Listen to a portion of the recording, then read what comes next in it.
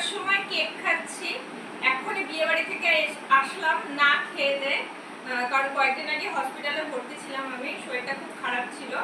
আর আমার পার্টনার হচ্ছে crime partner, এই যে এইটা মেকআপ কিছুই তুলিনি, শুধুমাত্র শাড়িটা কোনো রকমে খুলে ফ্রিজ থেকে কেকটা বের করে লুকিয়ে লুকিয়ে কেকটা খাচ্ছি। এই যে জানি না কেকটা খাওয়ার পর কি পরিস্থিতিতে থাকবো। আমি 2 দিন ধরে কেকটা ফ্রিজে পড়ে আছে, মানে আমার জন্যই পড়ে আছে, কেউ খাচ্ছে না, আমি খাচ্ছি না জন্য বাড়ির লোকও খাচ্ছে না।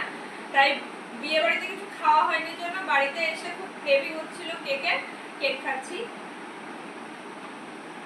এরপরে ঠিক থাকবো কিনা জানি না।